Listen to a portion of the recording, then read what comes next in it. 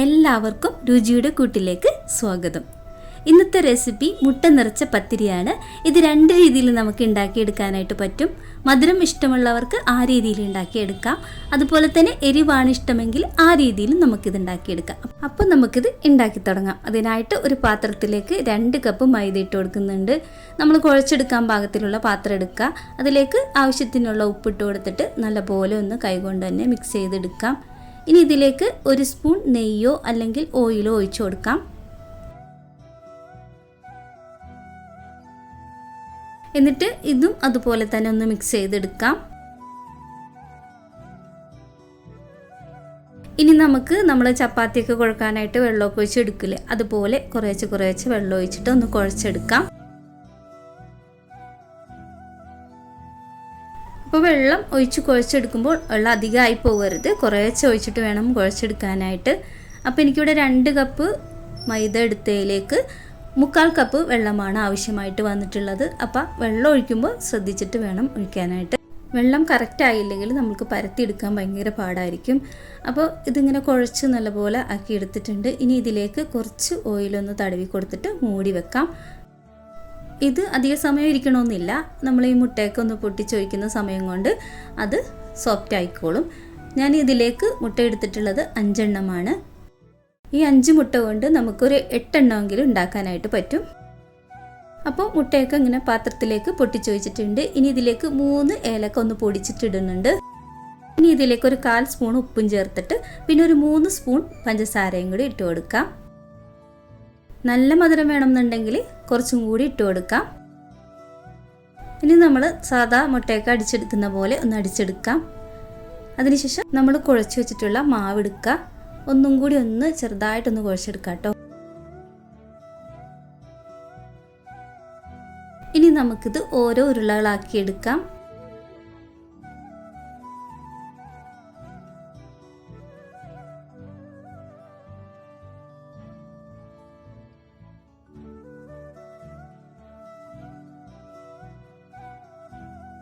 അപ്പോൾ ഇതെല്ലാം അങ്ങനെ ആക്കി എടുത്തിട്ടുണ്ട്.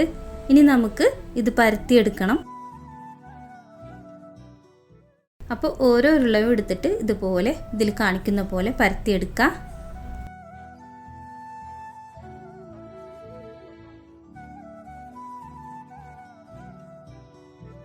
ഇതിങ്ങനെ കയ്യിൽ ചെറുതായിട്ട് ഒട്ടിപ്പിടിക്കുമല്ലോ, അപ്പോൾ ഇടയ്ക്കൊന്ന് ഓയിലൊന്ന് പുരട്ടി കൊടുക്കാം കേട്ടോ. ഇത് നല്ല നേരിയതായിട്ട് പരത്തണമെന്നൊന്നുമില്ല. ചപ്പാത്തിയൊക്കെ പരത്തിയെടുക്കുന്ന ആ ഒരു കനത്തിൽ തന്നെ പരത്തിയെടുക്കുക.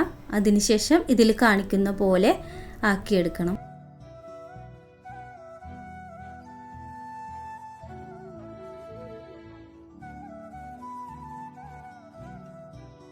ഇത് നല്ലപോലെ പരത്തിയതിന് ശേഷം നമ്മൾ ഇതിൻ്റെ മുകളിലായിട്ട് ഓയിലൊന്ന് പുരട്ടി കൊടുക്കുക.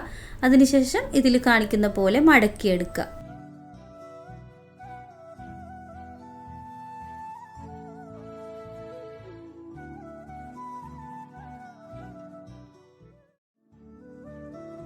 ഇതിൽ കാണിക്കുന്ന പോലെ തന്നെ പരത്തിയെടുക്കുക. ഇനി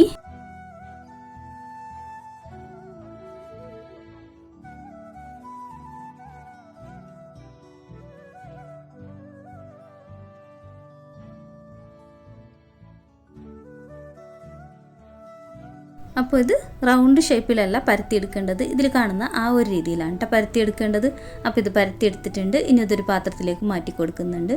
അങ്ങനെ ബാക്കിയുള്ളതും കൂടി ഇങ്ങനെ പരത്തിയെടുക്കുക.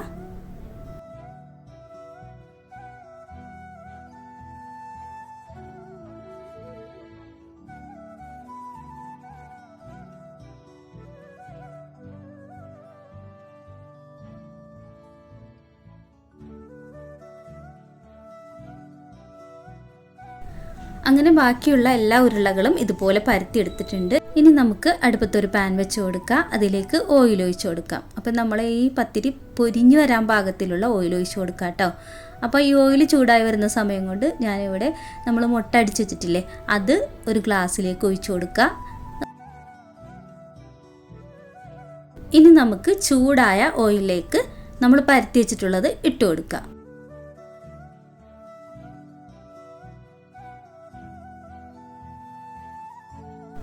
ഇതിൻ്റെ ഒരു ഭാഗം നല്ലപോലെ പൊങ്ങി വരുന്ന സമയത്ത് സൈഡിലേക്ക് ആക്കി കൊടുക്കുക.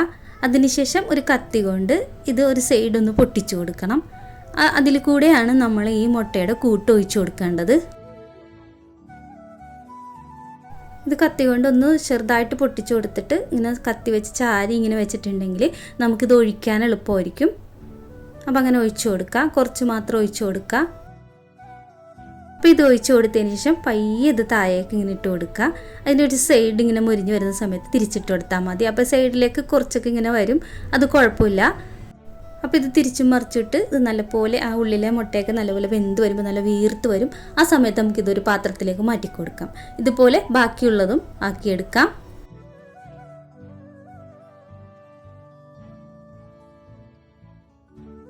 ഉണ്ടാക്കിയെടുക്കാൻ അധികം ബുദ്ധിമുട്ടൊന്നുമില്ല. ഈ സൈഡിലേക്ക് കൊണ്ടുവന്ന് ഇതുപോലെ ഒന്ന് പൊട്ടിച്ചു കൊടുക്കേണ്ടത് മാത്രമേ ഉള്ളൂ. പിന്നെ ഇതിലേക്ക് ഒഴിച്ചു കൊടുക്കാനും എളുപ്പമാണ് നമ്മൾ ഗ്ലാസ്സിൽ ഒഴിക്കുന്നത് കൊണ്ട്.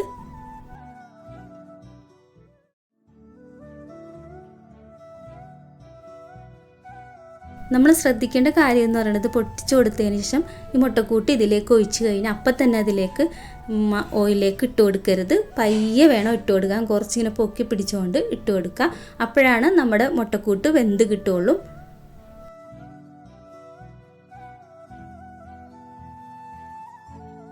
അങ്ങനെ നമ്മുടെ ഈ മുട്ടക്കൂട്ട് നിറച്ച മുട്ടപ്പത്തിരി റെഡി ആയിട്ടുണ്ട്. മധുരമുള്ളതാണ് നമ്മളിപ്പോൾ റെഡിയാക്കി എടുത്തിട്ടുള്ളത്.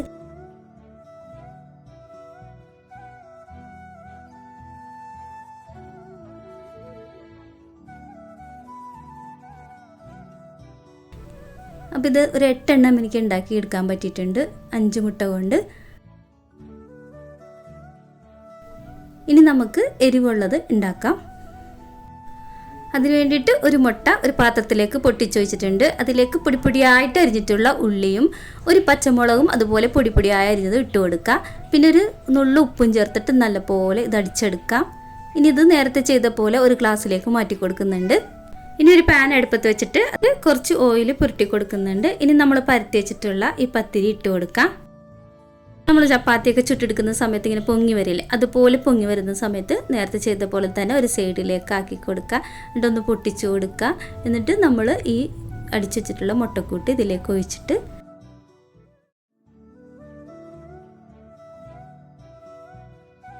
എന്നിട്ടിത് തിരിച്ചു മറിച്ച് ഒന്ന് വേവിച്ചെടുക്കാം.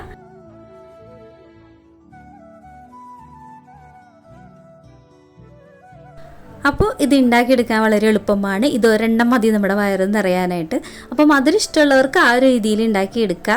ഇനി എരിവുള്ളവർക്ക് ഈ ഒരു രീതിയിലും ഉണ്ടാക്കിയെടുക്കുക.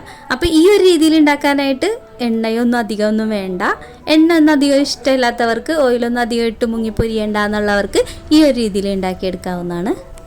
അപ്പോൾ നല്ല രുചിയായിട്ടുള്ള നമ്മുടെ ഈ മുട്ടപ്പത്തിരിയുടെ റെസിപ്പി എല്ലാവർക്കും ഇഷ്ടപ്പെട്ടിട്ടുണ്ടാവും എന്ന് വിചാരിക്കുന്നു. അപ്പോൾ എല്ലാവരും ഇതൊന്ന് ഉണ്ടാക്കി നോക്കുക. വീഡിയോ ഇഷ്ടപ്പെട്ടാൽ ലൈക്ക് ചെയ്യുക, ഷെയർ ചെയ്യുക, സബ്സ്ക്രൈബ് ചെയ്യുക. അപ്പോൾ അടുത്ത നല്ലൊരു വീഡിയോയുമായി വരുന്നതുവരെ ബൈ ഫ്രം കുട്ട്.